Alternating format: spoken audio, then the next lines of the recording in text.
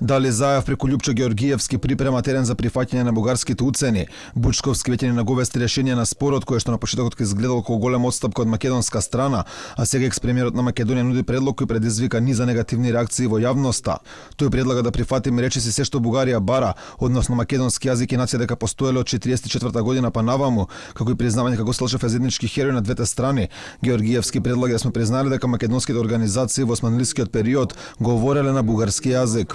Да се направи нова специјална комисија која ќе работи под најбрза постапка за прогонот и убиствата на македонци со бугарска национална свест. Според бугарски извори 30.000 убиени и 120.000 малтретирани. Лично сметам дека тука некој лошо ја подводи бугарската јавност, но 1200 да се, демократијата треба да се објави на виделина. На ваквите ставови на Георгиевски остро реагираше ВМРО ДПМН.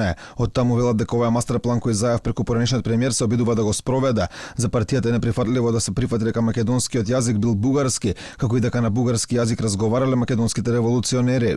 Ние гледаме дека во Бугарија има избори, но и покрај предизборната поларизација во Бугарија министрите за надворешни работи, за евроинтеграција и подпредседателот на владата одговараат пред нивните пратеници и градат некоја заедничка стратегија.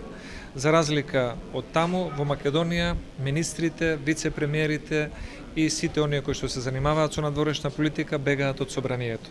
Од водачката СДСМ пак велат дека нивните ставови не се исти со оние на Георгиевски. Остануваме отворени за диалог за изнаоѓање на решение.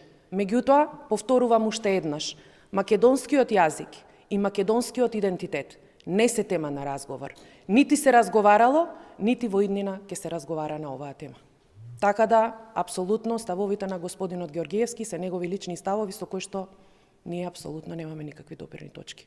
Околу планот на Георгиевски на социјалните мрежи се огласи и градоначалникот на Куманово Максим Димитриевски. Пишува дека тој е срамен и понижувачки за Македонија и македонскиот народ. Го повика обвинителството да отвори случај да поднесе кривична пријава за дело против државата и поткопување и уривање на уставниот поредок.